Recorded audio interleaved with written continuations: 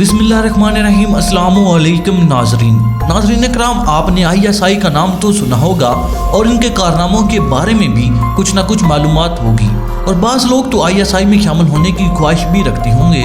तो क्यों ना हम आज की इस वीडियो में आपको ISI में भर्ती होने का तरीका बताएं कि किस तरह इसमें शामिल हुआ जा सकता है, और साथ ही ये भी कि इसमें शामिल होने के लिए इंटरव्यू, टेस्ट के इश्तिहार या ऐलान कब होते हैं। या आपको ये भी बताते चलें कि इस अदारे का कोई भी इश्तिहार भर्ती के लिए किसी अखबार में नहीं आता।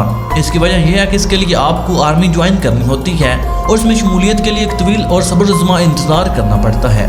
इसके साथ साथ आपकी किस्मत भी आपका साथ दे तो आप ISI में शमूलियत अख्तियार कर सकते हैं। तो नाज़रीन, इससे पहले कि हम आपको इसकी तफसीलात से आगाह करें, आपसे इल्तमास है कि हमारे चैनल को सब्सक्राइब कर लें और साथ मौजूद बेल के आइकन को प्रेस कर लें ताकि हमारी तमाम नई आने वाली वीडियो का नोटिफिकेशन आपको बर वक्त मिलता रहे।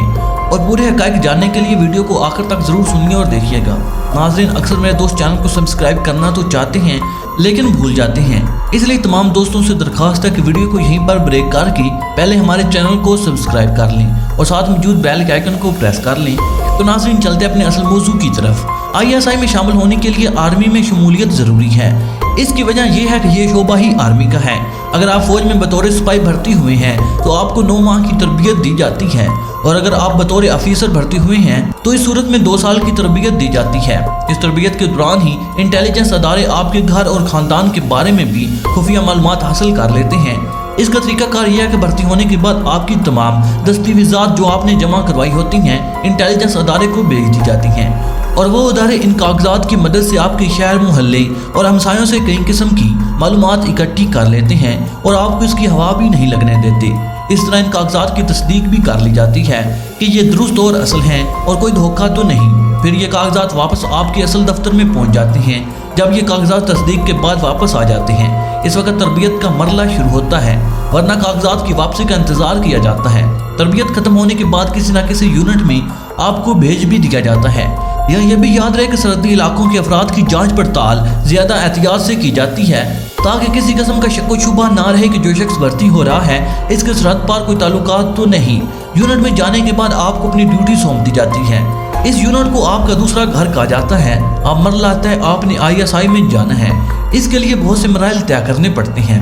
यूनिट में आपको मालूमात मिलती रहती हैं कि कौन कौन सी वैकेंसीज खाली हैं, कभी SSG की तो कभी ISI की। अगर आप नए हैं तो आपको SSG में भेजा जा सकता है लेकिन ISI में नहीं भेजा जा सकेगा। अब जब इंटेलिजेंस को कुछ अफराद दरकार हों तो वो ब्रिगेड में एक लेटर भेज देंगे कि हमें 3-4 अफराद की ज़रूरत है। हर ब्रिगेड में 4 यूनिट और हर यूनिट में 300 से 900 फौजी होते हैं।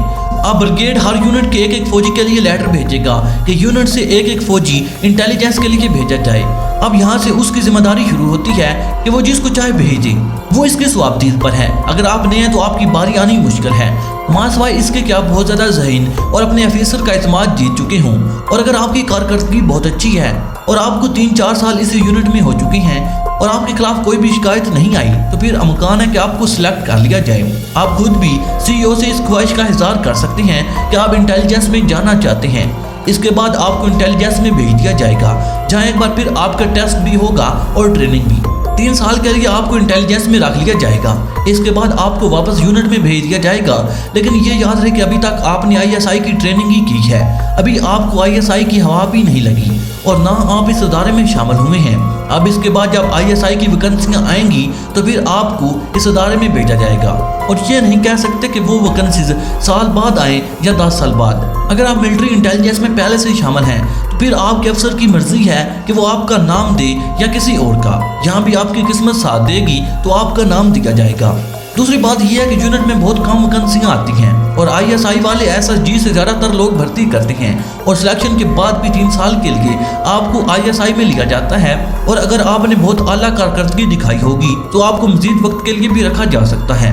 ISI के अंदर और भी बहुत से शोबे होते हैं। अगर आप SSG का कोर्स करके ISI में आए हैं तो आपसे ज़्यादा सख्त काम लिया जाएगा। इसके साथ साथ ISI की जिम्मेदारी है कि वो हैकर्स को भी देखे। इसके साथ साथ सिविल से भी ऐसे अफराद लिए जा सकते हैं जो कि इनकी डिमांड के मुताबिक होते हैं। तो नाज़रीन, ये बात तो तय है कि कोई भी शख्स अपनी मर्जी से ISI में शामिल नहीं हो सकता, चाहे सिविलियन हो या मिलिट्री का। यहाँ ये भी याद है कि जो तरीका ISI में जाने का है वो यही है जो इस वीडियो में आपको बताया गया। اس کے علاوہ کوئی اور دوسرا طریقہ نہیں۔ اس طریقے کے ذریعے ISI کے افسر بھی سلیکٹ کیے جاتے ہیں۔ اگر آپ اس نیت سے آرمی میں بھرتی ہوئے کہ ISI میں شامل ہوں گے تو یہ آپ کی مرضی کے مطابق نہیں ہو سکتا۔ عین ممکن ہے کہ آپ ساری زندگی ISI میں نہ جا سکیں، کیونکہ آپ کی مرضی سے آپ کی سلیکشن نہیں ہو سکتی۔ کہنے کو تو یہ ایک آسان طریقہ ہے، لیکن اس کے اندر ٹیسٹ انتہائی مشکل ہوتی ہیں۔ اس کی وجہ یہ ہے کہ ISI دنیا کی نمبر 1 انٹیلیجنس ایجنسی ہے، اور اس کے لیے ہمیشہ ایسے افراد کو منتخب کیا جاتا ہے جن کے بارے میں پوری طرح تسلی ہوتی ہے کہ یہ محب وطن ہیں، اور ذرا بھی اس پر شبہ نہیں ہوتا کہ وہ قومی رازوں کو افشا کر سکتے ہیں، اور یہ بھی کہ ان میں غداری اور دھوکے کے جراثیم بھی نہیں۔ اور اگر ذرا سے بھی شبہ پیدا ہو تو ایسے شخص کو فوراً کک آؤٹ کر دیا جاتا ہے، اور غداری کی سزائے موت ہے۔ تو ناظرین کمنٹ باکس میں یہ ضرور بتائیے گا کہ آپ میں سے کون کون ISI میں جانے کا خواہش مند ہے۔ تو ناظرین کرام، آج کی اس ویڈیو میں صرف اتنا ہی۔ اگر آپ کو ویڈیو پسند آئی ہو تو اسے لائک اور شیئر کرنے کے ساتھ ساتھ ہمارے چینل کو سبسکرائب کر لیں اور ساتھ موجود بیل کے آئیکن کو پریس کر لیں، تاکہ آپ کو اپنے پیارے ملک پاکستان اور پوری دنیا کی آرمی کے ریلیٹڈ تمام تر انفارمیٹیو ویڈیو سب سے پہلے ملتے رہیں۔ کیونکہ ناظرین ہم ہر روز اپنے پیارے ملک پاکستان اور پوری دنیا کی آرمی کے ریلیٹڈ تمام تر انفارمیٹیو ویڈیو بناتے رہتے ہیں، اور ہمارے یہ ویڈیو بنانے کا مقصد صرف اور صرف آپ کی معلومات میں اضافہ کرنا ہے۔ ناظرین میں جانتا ہوں کہ آپ تمام دوست بہت زیادہ محب وطن ہیں، اس لیے کمنٹ باکس میں پاکستان زندہ باد، پاک آرمی پائندہ باد، اور اپنے گمنام ویروس کے نام سلام ضرور کمنٹ کیجیے گا۔ ناظرین اگلی ویڈیو تک اجازت چاہوں گا، اپنا اور اپنے پیاروں کا بہت سے خیال کیجیے گا۔ اللہ نگہبان۔